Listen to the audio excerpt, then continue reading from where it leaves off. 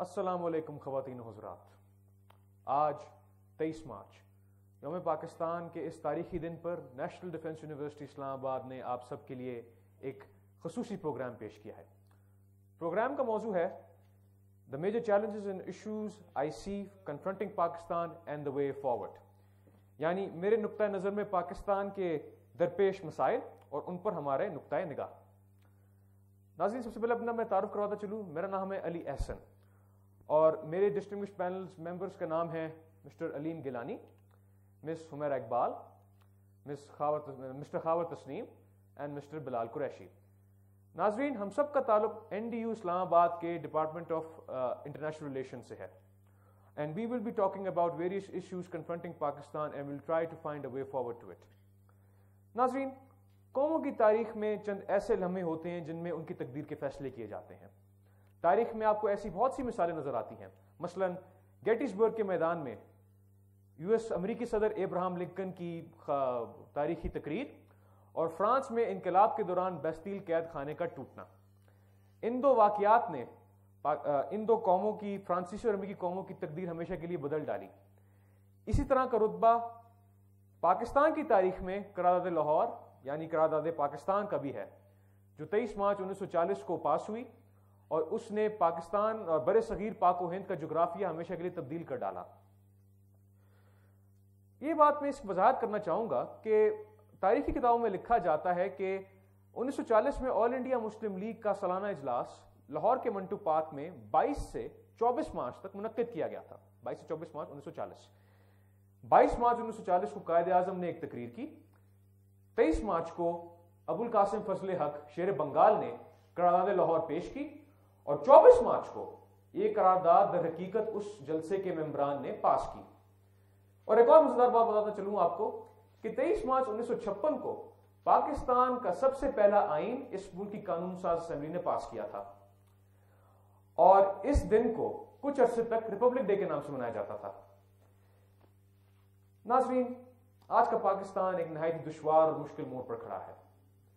عوام سے لے کر حکمران پریشانی، بے بسی اور مایوسی سے شکار ہیں. اس لمحات میں حالات پیچیدہ سے پیچیدہ ہوتے جا رہے ہیں. اس لمحات میں ہمیں یہ نہیں پتا کہ کس طرف رخ کیا جائے، کس طرف ہم مڑیں، کہاں ہم قدم اٹھائیں اور کیسے ہم ان مشکلات سے قابو پا کر ہم ایک ترقی یافتہ پاکستان کے سامنے ہم گامزن ہوں. تو ان موضوعات پہ ہم آج ڈسکس کریں گے. So ladies and gentlemen, we will be discussing 4 specific issues initially. We will be talking about terrorism and extremism, the energy and water crisis of this country, Balochistan and civil military tensions. So going towards our first topic, which is terrorism and extremism, I introduce my distinguished guest, Mr. Aleem Gilani. So Aleem, we will be talking about terrorism and extremism.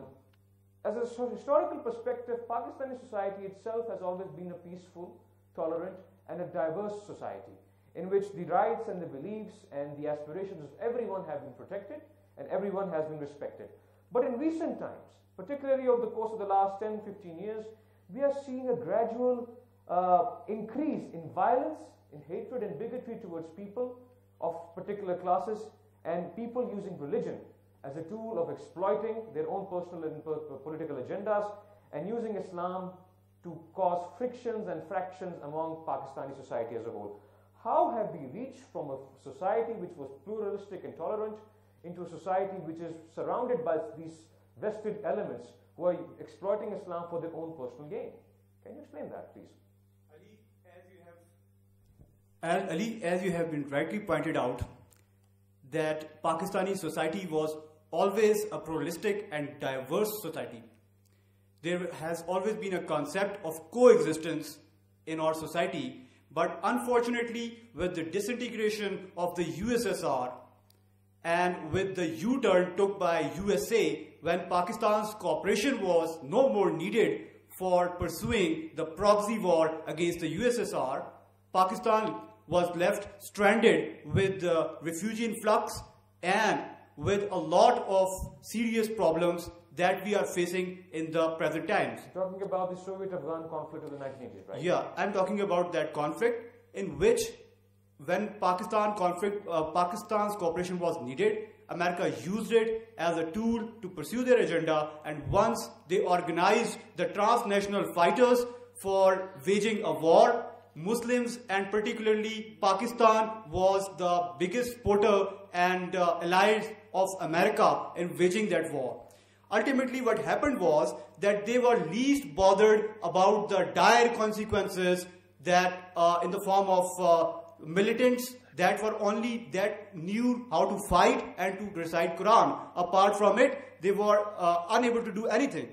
What happened was that those militants started to indulge in pernicious activities. They started to indulge and indoctrinate negative ideas in our society by interpreting negative version of Islam, by promoting exclusivist version of Islam. And by exclusivist, I particularly mean that they considered themselves to be the true Muslims. Whosoever is moving with moderate approach, whosoever is moving in the right direction and following a neutral version of Islam, they always consider them not as Muslims. So basically this is a concept of takfir, which is prevalent in certain schools of Islamic thought, particularly the more radical Salafi school of thought, in which my way is right, your way is wrong, exactly. You are an apostate, you're wajibul qatl, etc. So given the current situation in this country, has the government and have the government institutions been able to deal with this problem effectively by any stretch of the imagination? Or do you have certain ideas about how this has come to this point in which the government seems to be helpless in this pursuit of countering these negative and very extremist ideologies across this country, which is tearing the society apart? Ali, as a matter of fact, what is happening right now in the contemporary Pakistan and the contemporary world, the thing is that these militant organizations are very adroit in making the people do by changing their name. Once government banned one organization like SSP, Sipah Sahaba Pakistan, they changed the name like ASWJ, All Sunnat Wal Jamaat, and they pursued the same agenda. The only thing that changed was their intentions, the way they are pursuing their agendas. The only thing that changed was their name, and the rest of the things have always been same. That's a very interesting point, because most of these extremist organizations also have very close alliances with various politicians and political parties. So, would you say that there is a sort of reluctance among the government to actually deal with these people collectively? And if that is the case, what about the judicial system of this country? What about the law enforcement? Why do they seem so helpless in dealing with these elements? Ali, in our present judiciary system, there are a lot of loopholes that can be easily utilized by these militants. For example, let me quote you a very classical example of Malik Ishaq Jhangvi. He was accused of killing so many innocent people, and he confessed his crime in presence of so many people in the court, but he was released because of lack of evidence. No one was that much daring to pass any comment or to consider him reprehensible for the killing of the people. Ultimately, he was released. And So basically you're saying that because our judicial system is so old and is so outdated, it considers the testimonies of eyewitnesses more important than the actual evidence. And because of these loopholes, many extremist elements which tend to stand trial, whenever they do stand trial, tend to escape because of, quote, lack of evidence, which is also very similar with the case of Maulana Abdulaziz of Lal Masjid, in which no one was willing to testify against him, and as a result he was released because of lack of evidence, as the court said. Do you have any other examples which you can cite about the collapse of this writ of the state and the extremist elements exploiting it? You can quote Tariq-e-Taliban Pakistan as a case study. They consider and they are promoting the idea among the people of the Pakistan that Pakistan military, either it is Pakistan Navy or Pakistan Air Force or Pakistan Army, both of the three forces, the three of the forces are apostates. Why? Because they are joining Americans, they are pursuing their agendas, they are least bothered that what will be the dire consequences for the innocent people. They even don't know what is the right version of Islam. So in that context, they are promoting such negative image not in Pakistan but all over the world, that we Pakistanis are kind of exclusivist people. We lack the concept of coexistence and tolerance. We show zero tolerance for others. And in that context, they are taking and making the area full of mess and dragging us towards troubled waters. So what happened was, let me quote you another classical example of Sawat. In Sawat, our institutions were weak. Once our institutions were weak, Taliban interpreted it as a golden opportunity to win the sympathies of the people. And they pursued an agenda which was self-oriented, but they had a fabricated story to tell the people of Sawat that, okay, we are going to implement version of Sharia, we are going to pursue Islam, and in the pretext of Islam, they pursued their agenda, which was to challenge the writ of the government, which was to gain that much power that they will be able to confront Pakistan armed forces and to challenge the writ of the government. And they were very successfully pursued it. They played with the cognition of the people.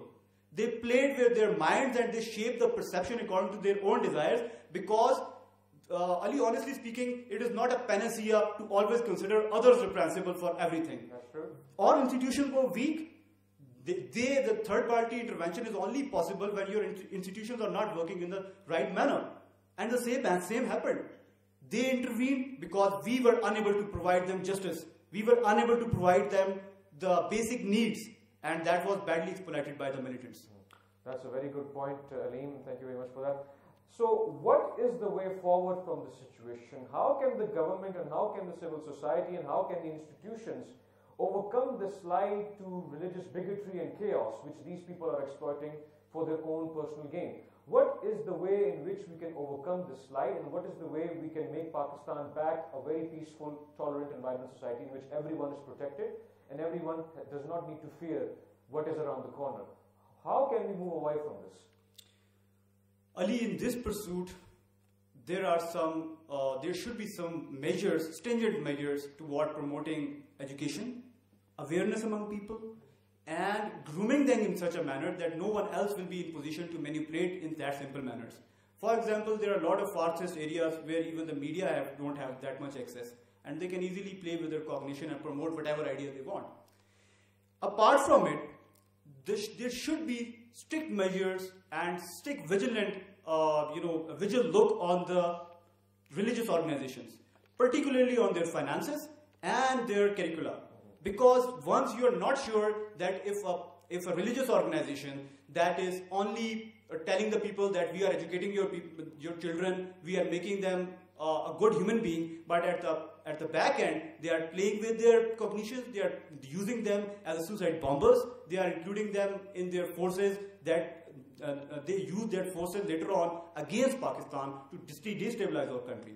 So, and the most important one I would like to say, and I would like to emphasize, is that government should ensure that no group, I repeat, no particular group should be allowed to use politics of religion in a negative context, in negative connotation. And as a matter of fact, when they pursue such agendas, they win the sympathies of the people, and then they are left stranded with no one to guide them. So basically you're saying that any group which uses Islam for their own personal gain and actively challenges the writ of the state and its institutions should be dealt with effectively and swiftly by our judicial systems, by our law enforcement, and by our civil society. Exactly. Thank you very much, Aleem Gilani, for this. Moving on, ladies and gentlemen, to our next topic is the pending issue of the energy and water crisis, to which we will ask Ms. Humaira Iqbal about this issue. Humaira, we all agree that Pakistan is a rich and a very thriving country, blessed with natural resources, blessed with all the blessings of this nature. And how have we reached to this conclusion? How have we reached to this point of time in which our energy situation is so deteriorated that we are seeing people coming out on the streets protesting load shedding, and we are insecure about our water resources, in which we fear that we are running out of water and we won't be able to sustain ourselves? How have we reached to this conclusion, and what are the factors which have decided this in this context about the energy and water crisis? Can you please elaborate? Thank you so much, Ali, for posing this very critical issue on me. I'd say, and I'd start by saying I wish we were a country who would look 5 to 10 years ahead of time. But I'm sorry to say we're a country who's not even looking into its present, who's not even paying attention to what's happening today. And this, when we call it, it's a crisis, and people on the streets, people in protests is a true demonstration of all this crisis. I'd say this is a threat. This is not merely a crisis, it's actually a threat. It's a threat to the sustainability of your country. It's a threat to the economy of your country, and ultimately it's a threat to the sovereignty of your country. Now, when I say it's a threat to your sustainability of your country, I actually refer to Maslow's hierarchy of needs, where he says the utmost need of a mankind is that of his physiological needs. So if those physiological needs are not fulfilled, how do you expect your nation to go on to the next level of progress? Very true. And then when you talk about economy, ultimately your energy crisis has a snowball effect on your economy. When your factories are shut, when your industries are shut, when your textile industry, which is highly relying on your oil, is shut, what do you expect? A high rate of unemployment, a high rate of crime rate when there are empty heads.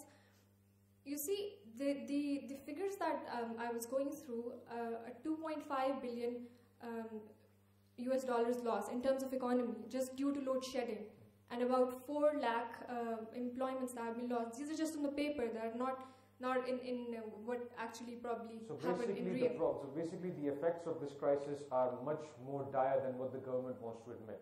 True. And there's been a series of events that's been contributing towards it. Starting from partition, for instance, the first decade or 15 years, Pakistan was like a country, was like a baby, in fact, which didn't open its eyes for the first 15 years. It didn't know what was happening. The realization of the need for a formation of WAPDA came in 1959, as you're aware. And then the realization of the water laws came in 1960 with the Indus Water Treaty, where you were given 3 rivers, and then a compensation on a promise that you would be built 2 dams. And the Kala Bagh as well as the Rohtas. The Kala Bagh still remains in papers. And then all your sources were transferred to for the formation of the Tarbila Dam. You mentioned Kala Bagh Dam. Why has this dam been so controversial that it's not ever been implemented? One word: politicization. This high degree of politicization, and it's not just you and I would agree to. It's evidence that suggests that this project has been used as a platform for the vested interests of the political or ethnical groups, and it has reached to a point of almost impossibility. That's true. Unfortunately, yes. There's only one probability that, you raise such political awareness among the people that they rise against the not happening of this project, and they might be forced to do it. Otherwise, and then there's inconsistency among the policies. There comes a new government, there comes new policies with blames on the inefficiencies on the part of the previous ones, and with claims that they would be able to do better, and nothing comes out in the end. Very true. And then there's again high degree of corruption. That's one factor that has led to this crisis. And again, I would emphasize and say this, that we're not realizing that it's a threat. The very recent case of Jamaat Ali Shah, the former commissioner of PCIW, Pakistan Commissioner for Indus Water, who flew to Canada. I mean, your mind would actually go numb. He not only allowed it, he actually helped and facilitated Indians to build 2 dams on your waters. What is that doing? Blocking flow of water to your country? And you're not realizing this? Would you really blame Indians for this? In a realist paradigm, I'm sorry, I'd apologize my teachers who've been teaching me theories, but in a realist paradigm, this is how the world works. This is a very serious allegation, Humaira, and if the government is really listening to us, I would suggest that with these serious allegations about such corruption and such mismanagement, they should really take strong steps to ensure that such culprits are brought to justice and such allegations are properly investigated, so that ensure that nothing bad actually happens again. So, moving on, Humaira, to the current situation, has the government and the institutions, particularly WAPDA and other institutions like them, have they been able to cope with this crisis? And if they're doing it, how are they doing it? Can you please specify a few examples in this regard? About WAPDA, there is a debate that it should probably privatize itself. See, now with the circular debt floating around and the high tariffs that they have to pay, they ultimately have to raise the price of your electricity. I would say it should probably be a private and public ownership. Public-private partnership. Partnership, right. That is, WAPDA privatizes itself, but the collection of bills and payments is a duty on part of government. That is not something WAPDA needs to do. That's true, very true. And then coming on what's happening, had there been anything happening, we wouldn't have seen load shedding of ranging from 8 to 16 hours per day. And people complaining things like they never complained before. They're like, hum to kuch bhi karne lagte hain, batti chali jati hai. Very true. because this is something which is very, very playing with our psyche, playing with our mindsets. Whenever there is load shedding across this country, especially in the urban areas and also the rural areas, the people tend to lose a little extra faith in the government. They tend to lose a little extra faith in Pakistan, they tend to lose a little extra faith in what our future is supposed to be. So this, as Umar rightly pointed out, is an actual threat to Pakistan, and we really need to work on this and really need to implement this. So as far as working goes, do you have any suggestions on a way forward as to how we can curtail and alleviate the situation and ensure that there is a level of self-sufficiency, self-reliance on Pakistan on its energy and water needs? Do you have any examples you can cite about what Pakistan can do? A way forward is truly what should be of our utmost concern, because people are really tired of tuning in their channels and listening to all those politics and corruption cases. I'd say we need to build dams. We really need to construct dams. That would be like you're killing two birds with one stone. How exactly? That'll be like you are securing and having enough water for the necessities of people as well as for your agriculture purposes. And on the other hand, you have a source of generating energy through your hydroelectric power plants. You already have hydroelectric power plants, and the installed capacity is ranging from 6,500 to 7,000 megawatts, whereas the suggested and the calculated potential lies 17,000 to 18,000 megawatts. So it still remains unexploited. That's a big number, because if I recall, certain statistics have said, released by the government at least, that the deficit of the power in this country ranges around between 7,000 till about 11,000 maximum during peak seasons. So with such 10,000 extra power waiting in our rivers, which can easily be exploited by constructing a few extra dams, which the government really needs to think about, this can potentially solve our entire energy crisis in one go. But since a lot of people are saying that dams can also damage the ecology environment, are there also other suggestions which we can implement to ensure that we have another source of power in this country? First thing first, dams, I don't know why Pakistan takes it as such a politicized thing. It's more to do with your technology advancement, I would say, and your political will.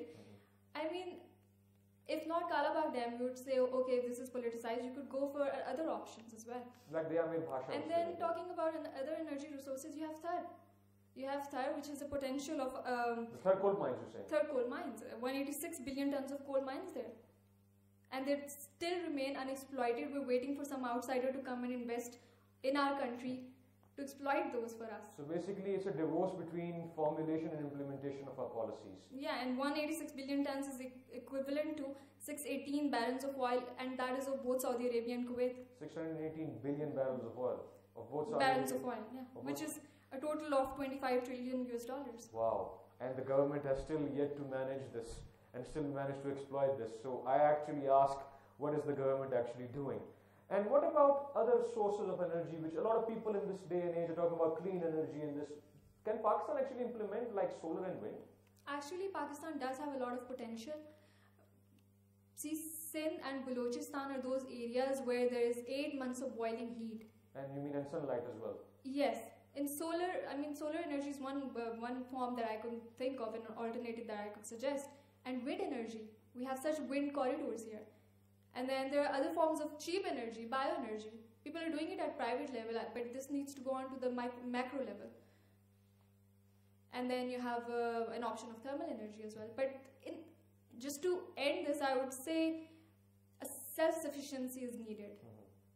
That's true. Self-sufficiency is needed. Let's just take pain for once and be self-sufficient. And also we need to ensure that our systems and our institutions and our rules and regulations are properly implemented, so that we do not lose too much from what we have, and we can maintain a money supply and a money cycle which can ensure that the energy and water supplies keep remaining and keep in check with the rising demands of this country. Thank you very much, Humaira, for your thoughts about the energy crisis. Now we move on towards another very burning issue, the issue and the crisis in Balochistan. We all agree that Balochistan is the largest province in terms of size and also one of the most richest in terms of natural resources. But at the same time, Balochistan is in a severe crisis because it's also the least developed, the most deprived, and the most ignored part of this country. To the extent that the common Baloch people have risen up and they're demanding their due rights. Many elements are even calling about either complete independence from Pakistan, and they've taken up the gun and they're actively gunning down and challenging the writ of the state. For this, we move on to our next guest, Mr. Khawar Tasneem, who will be speaking about Balochistan. So Khawar, as I mentioned, that Balochistan has been such an unfortunate part of Pakistan to the extent that now it seems that it is not a part of Pakistan anymore, according to some people.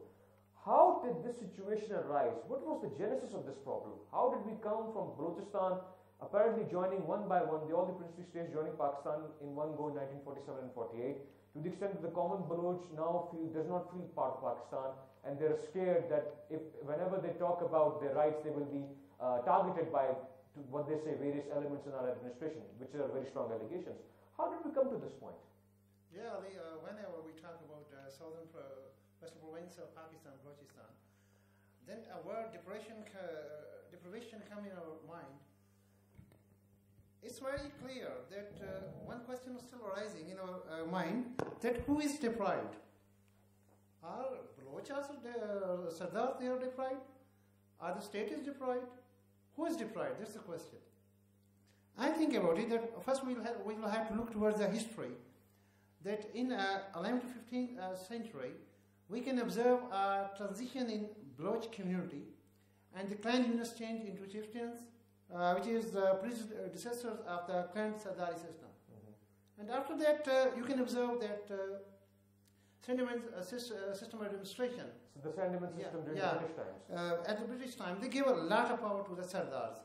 Okay, so when they got the governments in various phases, you can observe it very well that state has given authority to Sardars to govern the Balochistan, and state gave the money to Sardars, and they did not do any type of development work in their particular areas.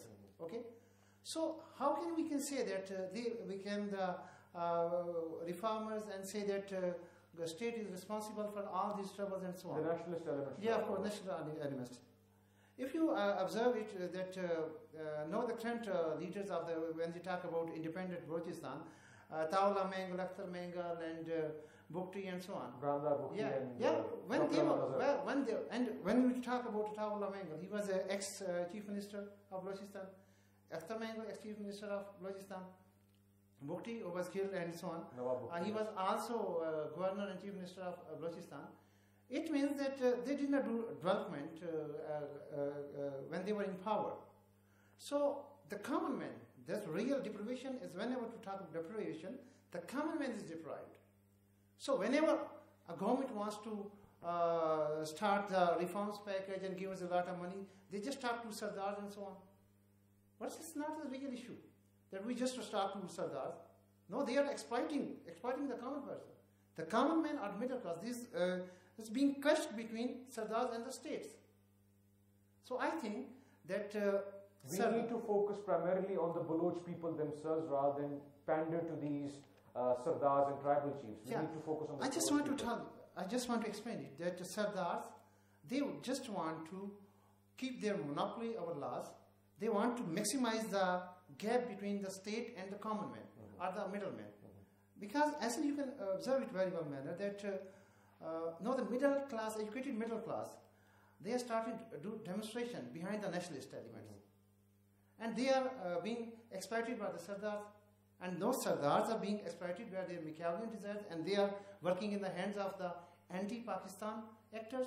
Foreign actors, you say? Yeah, of course. So there's definitely involvement of foreign agenda in Balochistan. Definitely, because if you look in 2006, this issue was also discussed in the House of Commons. Separatist elements, they have managed the seminar in House of Commons. And after now, America is also using this same technique to just pressurize Pakistan. Especially the recent development of US Congressman Dana Rohrabacher trying to pass a resolution condemning Pakistan for its alleged human rights atrocities and trying to win American support for the Baloch alleged freedom movement.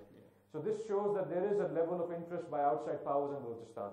So Khawar, moving on towards another question about this issue, how is the current government, the current administration and the ruling classes dealing with this issue, especially in the law and order context? Because we see a lot of Baloch nationalist elements accusing the Pakistani government and its armed forces and its intelligence agencies of being involved in missing persons, which range from a few hundred according to human rights groups to as much as 16,000, as if you were to believe the Baloch nationalist sources. And then they accuse the Pakistani government and armed forces of involving in kill and dump, target killing of Baloch people. But at the same time, you also see a spike in violence by Baloch militants towards what they call settlers, who are of basically Punjabi descent, who have been living in Balochistan for about 30-40 years. You're also seeing a level of sectarian violence in which the Hazara community is being targeted by murderers affiliated with the Taliban, as well as the banned sectarian organizations like the Al-Sunnah wal Jamaat and Lashkar-e-Jhangvi. So, in a law and order context, has the government actually failed in this? And if it has failed, why has it failed in this context? Can you please elaborate? I think one question that comes in our mind, that missing persons. When a state is in a state of war, definitely anti-state actors involved in the state, and they use the native of the country for their own vested interest. That's true. So, missing persons, first question is that, are they innocent? This issue is in the Supreme Court, that will decide about it. And when you talk about target killing, that target killing, we can't ignore the tribal rivalries. That's true. Right? So, in this, you blame that state is responsible for target killing, missing person. The question is, who is beneficiaries? But the state certainly isn't. Yeah. The anti-Pakistan elements, they are just doing, they are in Balochistan. But no, what is the duty of the state? The duty of the state is that we should implement our policies in a very fair manner. We should build a trust with Baloch people and the nationalists. And in this way, we should implement our policies in a very, in this way, that the basic facilities should be provided to the common man and the middle class, not only Sardars and so on. So that's a very important point. So basically, what is the way forward? So you mentioned about implementation of policies. What about the way forward as far as Balochistan's own natural wealth goes? Should there be a fairness in the distribution of wealth, royalties, etc., and especially Gwadar Port? Because a lot of people are saying that Pakistan, what they say, Pakistan and Punjab just robs from Balochistan, do not give us our fair share. As far as Gwadar goes, they say that, oh, this Gwadar Port is just a Chinese and Pakistani ploy to make the Baloch a minority in their own areas. How can Pakistan overcome this trust and move forward and ensure Balochistan feels part of Pakistan, and that the common Baloch man and the common Baloch child and woman are safe in this country and feel that they are as much part of the state as a Punjabi or a Pashtun or a Sindhi or an Urdu speaker anywhere in this country is? How can we ensure that as a way forward we can integrate Balochistan as part of Pakistan and make sure that all these grievances, legitimate grievances of the Baloch people, are properly addressed? Do you have a suggestion for that for the government to listen about?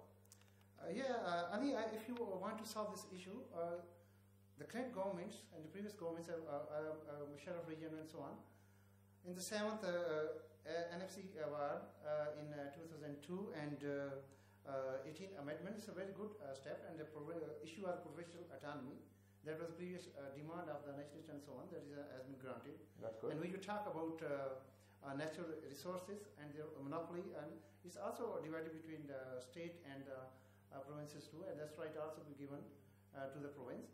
But here is the question arises, that is that no, they are Balochi people are Baloch nationalists.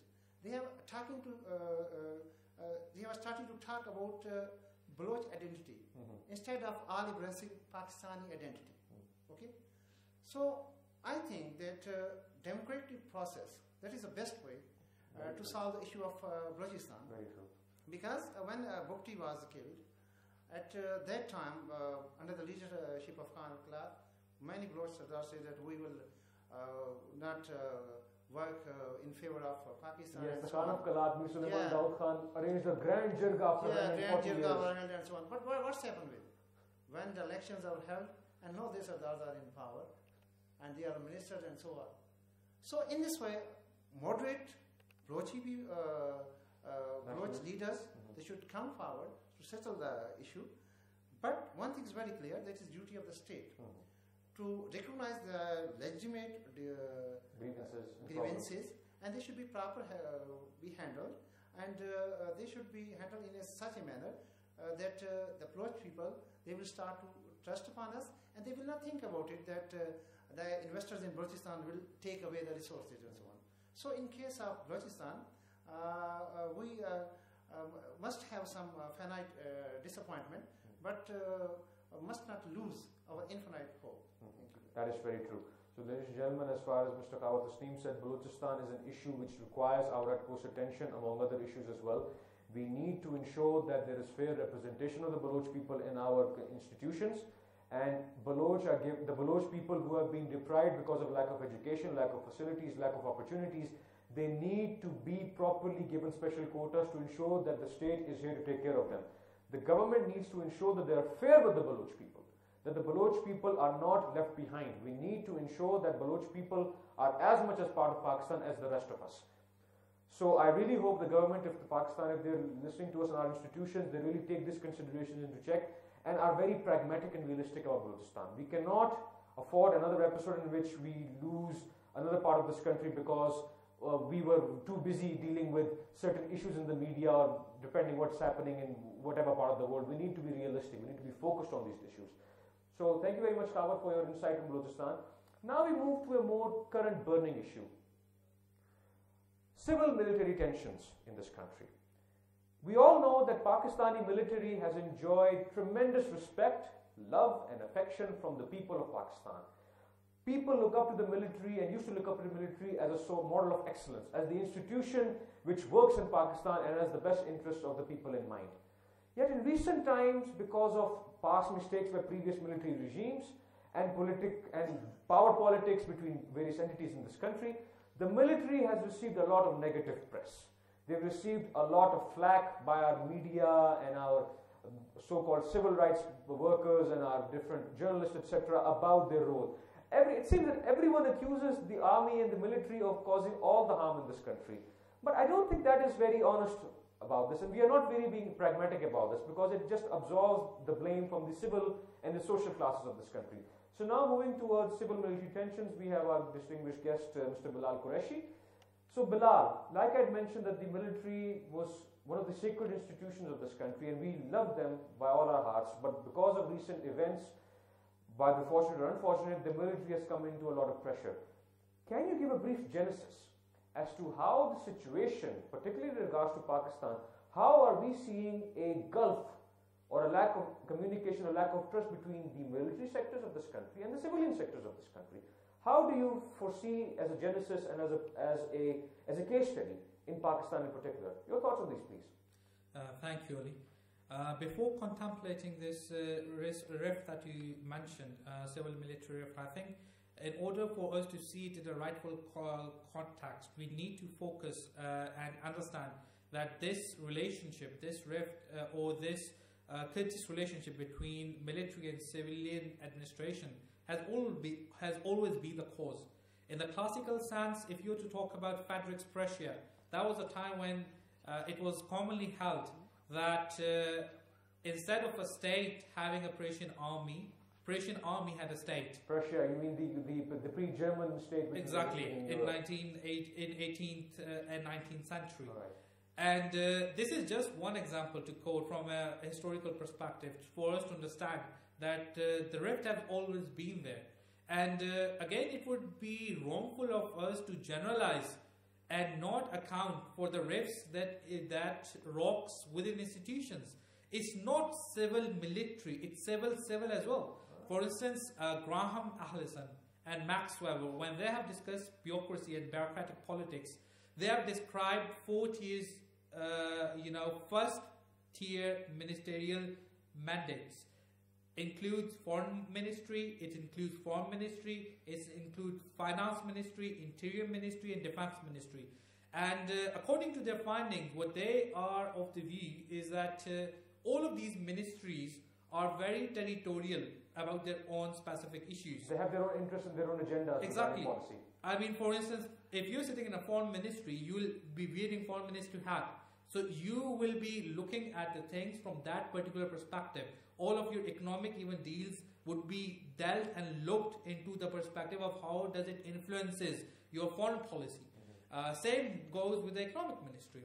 So we have to keep this in mind when we are to distinguish between civil and military segmentization of society. And if you're to talk about civil-military relationship within Pakistan, it is also pertinent to understand how this relationship has shaped sort of a future for different states. If we are to relate it with our contemporary times, we see in America when Obama's strategy over Afghanistan is being talked about, General McChrystal, who was heading command and control of Afghanistan troops, goes on the platform of IISS, which is a prestigious think tank of Britain, and he openly opposes the reduction in the surge. And as a result, as a consequence, General McChrystal gets sacked. So you see the rift going on between the Pentagon and the State Department, which is very evident. So if we are to replicate in terms of Pakistan, I think we need to understand, in order for us to systematically address this problem, we need to see what are the triggering events. You know, if the nature of the Pakistani state is such that it is considered as a national security state, it faces both internal and external problems of such an extent which is of grievous consequences. For instance, on our eastern border, we have an active hostile enemy. On the western border, we have a nation that refuses to accept the borderline, which is Duran land. So what happens as a natural consequence is that the disproportionate focus is on your national security capability. Another pertinent factor in this regard is how military is perceived. Military is generally perceived as an effective, honest institution. So when the civil administration of the past fail to perform or fail to deliver, they invite military to help and assist them. The recent example would be of 2010 floods. When the floods happened, and the worst flooding in Pakistan happened, the civil institutions were not able to cope with the intensity of the natural disaster. Army was called in and took over the rescue measures. Same wise, in 1990s, when Nawaz Sharif's government was in power, and there was this huge water and power shortage problem, military was called in to control that. And you might find it interesting what Shuja Nawaz notes in books Pakistani military. Interestingly, Shuja Nawaz is brother to General Asif Nawaz, and he was of the viewpoint that in early 1990s, during Nawaz Sharif government, there was these politicians within his own ranks going to General Asif Nawaz, asking him to come over and help get rid the country out of corruption. So you have to understand that the patronage and the kinship that exists within the political diaspora of Pakistan and the inefficiency and impotency of the political leadership creates a systemic void. When there is a void in the system, it has to be filled. And what happens to be the case in Pakistan is that it is generally being filled by the military. And this is the context of this rift. And this rift also has another dimension too. And that other dimension is the external elements. For instance, when you hear Paul Wolfowitz, the former president of World Bank, and an influential member of parliament under Bush regime, he goes and speaks in front of the State Department and says that when we are to deal with Pakistan, it is best that we deal with a one man. So it is easier to deal with an institution rather than a collection of institutions. So you see different external elements that also act as a triggering event of this underlying rift, which you pertinently and aptly described in your introduction. Thank you very much, Bilal, for a very eloquent and a very thought-provoking understanding of how these rifts actually work and how that Pakistan is not a special case in this regard. And thank you for overcoming this misconception of only Pakistan facing these sort of civil-military tensions, when in fact throughout history, and especially in the American contemporary times, that there is always a conflict of interest between not just bureaucracies and the bureaucratic systems, but also between institutions and of course between the executive and the armed forces. So you mentioned about a systematic weakness in Pakistan. So can you very briefly describe how this systematic weakness causes this extraordinary involvement by, I would say, by force of the military, because they have to intervene, otherwise this country can go down a very dangerous path. And what will be the way forward to ensure that the system itself is reformed, to ensure that the constitutional duties of the armed forces are met, the political processes can be properly implemented out, the judiciary feels empowered, and the people can go about the business without fearing any sort of instability or takeovers or interference between different bureaucracies in this country. Can you very briefly tell us about this? Okay. In this regard, what I would categorically categorize it in two different dimensions, which you just talked about. One is the relevance of this crisis that we have talked about, how pertinent and how important and how long-lasting effects it has within Pakistan, with this civil-military rift, and other is the way forward. When addressing the first issue, I think generally the problem has been that this civil-military rift has been exploited to such an extent where it is being presented as one of the most pressing problems encountering Pakistan. I would beg to differ. I think, like we discussed before, that this rift or this musical chairs play that takes place within the civilian and military administration is because of the design of the system rather than by default. So if we are to talk about the design, we need to understand what are the other underlying pressing issues and see it in a broader context, which is a zoomed out bird view of the problems that we're discussing right now. Bird's eye view. Yes. Looking at from afar. Exactly. And if you ask me, I would say the underlying problems are kleptocracy. Underlying problems are patronage, kinship, nepotism, poverty, inflation, unemployment. All of these things are, some are political measures, some are economic, some are cultural, some are identity driven. For instance, your value-based system. And a collection of all of these problems manifest itself how you are to shape your political system. So if you are to ask me, I would say the way out, that we are the $1 million question. The way forward from the way out and the way forward, and the light at the end of the tunnel. How to achieve that is basically, the answer to that question is very complicated yet simple. Complicated yet simple at the same time. Yes, complicated yet simple. Complicated because of the variables involved, because of the intensity of the problem that exists, and because of the interconnected issues that we have highlighted just a second ago. Simple because it requires will. Simple because it requires courage. Simple because it requires your resolve to solve it. And if a systematic overhauling of this state takes place, and in which not the kinship or the dynastical politics rule, but the whims and the desires of the common man living, but the whims and desires of the layman, taxpayers, and their value system is made a source of legislation in this nation, then there would be a natural transformation from this rift towards a progress and regress Pakistan that we are envisioning. So the underlying problem is the system itself, and the system has to be resolved and revived by the resolve of the politicians of a new generation. Politicians of a new generation that are out of that patronage, kinship, dynastical framework. Very, very relevant, very, very thought-provoking ideas, Bilal, and thank you very much for this.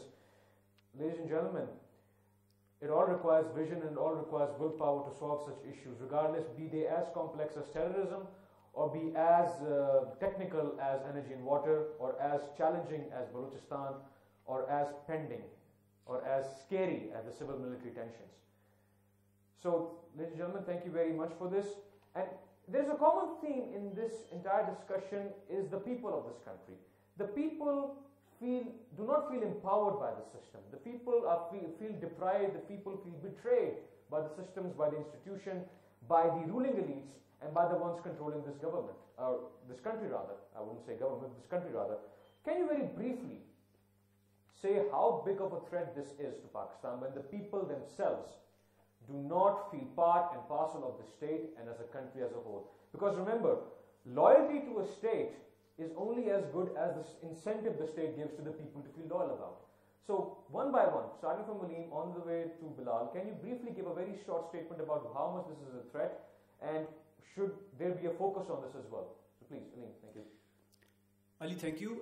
As you have rightly pointed out, that when a state is unable to provide its citizens with effective survival needs like your health facilities, like your education, like your shelter, definitely the meaning of the state definitely goes to lose its meaning for the citizens of the country. Why? Because if state is unable to provide effective living circumstances for them, they lost their credibility, and people are no more interested in democracy or either military rule. They are only bothered about their interests. What they are directly or indirectly getting is their part and parcel. They are not bothered about who is ruling. Either it is going to be a next president is Imran Khan or it is someone else. The most important thing is that what they are getting. Yeah. This is the important thing. That's true. So moving on, Humaira, do you have any suggestions, anything to say about this problem about the people not feeling part of this country and part of the system and do not having the proper empowerment? You asked about how people feel. I'd say frustrated. They feel deprivated. As in, you just look at it in terms of a little family example.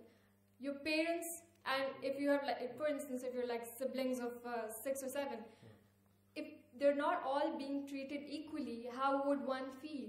And how would one feel about, I'm fulfilling my responsibilities and I'm fulfilling my duties. Why am I not getting what I should get in return? It's a two-way process, right?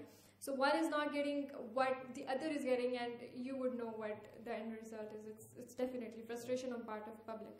Thank you very much, Humaira. Howard, do you have anything to add on this? Yeah, I think this is a problem of all third world countries. The people are not in power and so on. When this type of state affairs and state you think about it is not giving you enough opportunity and so on, you should depend upon your own self and don't look towards the state and just think about it that Pakistan is a land of opportunities, and just do your work, give your sincerity, and then go forward, whether you are doing scientific research, whether you are getting higher education, whether you are doing private business. You should himself work very hard. Thank you very much, Howard. And Bilal, lastly. I would just say I would use an analogy of a train. Right? If a train is on a track and there's engines on both sides of it, and both engines are actually accelerating on the different sides, the train would keep stalled. So if on one hand, I'm talking about value system identity, on one hand you have secular values, on other Islamic values, and there's a clash between. We haven't settled this debate where we are to head towards. That's true. So you will keep stale. On one hand, you have a homemade view. On other hand, you have a foreign aid view. So this depends. I mean, dependency on resources coming from the foreign powers, or self-sufficiency, as aptly pointed out towards the energy crisis as being discussed before. So I think it is. You are standing at a crossroads today where you are to take a decision which side of the track are you going to go. So basically you're saying that whatever decision we have to take, we have to do it together as a nation and focus on unity and a proper clear-cut plan to how to take this country forward involving everything. Which comes to a very concluding point in this program, ladies and gentlemen. There is this age-old question which is still arising and I don't think has yet been properly answered in this country. What is a Pakistani? How do you define a Pakistani? I think in our 65 years of independence, we have yet to properly answer this question. Is a Pakistani supposed to be decided on his faith, on his language, or on his ethnicity? Is it supposed to be one particular aspect of all of these factors, or is it supposed to be everyone who is part of this country who wants to feel as Pakistani as the rest of us? So as far as this question goes, ladies and gentlemen, I feel that anyone who loves Pakistan, regardless of who they are or what they are, is a Pakistani to me. We need to take this forward and we need to implement this, and we need to appreciate our diversity, our dividend, and our, I would say, different of opinions. Agree to disagree, but in a very agreeable way. تو خواتین و حضرات، programme کے اختتام میں یہ کہنا پسند کروں گا کہ جتنے بھی ہمارے مسائل ہیں، جتنے بھی ہم مشکلات سے گزارا سے ہم اس وقت ہم پھنسے پڑے ہیں، ہمیں یکجہت ہو کر ان کو سالو کرنا ہے. ہمیں جوش کی نہیں، ہوش کی ضرورت ہے، اور عقل مندی کے ساتھ، آنیسٹی کے ساتھ ان چیزوں کو آگے لے کے چلنا ہے. ہم اپنے حکمرانوں کے ساتھ بھی سلوک کریں، اس وطن کے ساتھ بھی سلوک کریں، اور اپنے آپ کے ساتھ بھی سلوک کریں. ہمیں چاہیے کہ ہم یکجہت ہو کر خود قدم اٹھائیں. ہم کسی باہر والے سے ہم نہیں مدد مانگ سکتے کہ وہ آ کے ہمیں بچائے اس ملک کو. پاکستان نے بچانا ہے تو صرف پاکستانیوں نے بچانا ہے اس ملک کو. ہم سب کو ایک ساتھ اکٹھا ہو کر، یکجہت ہو کر ہم نے آگے نکلنا ہے اس ملک کو لے کر.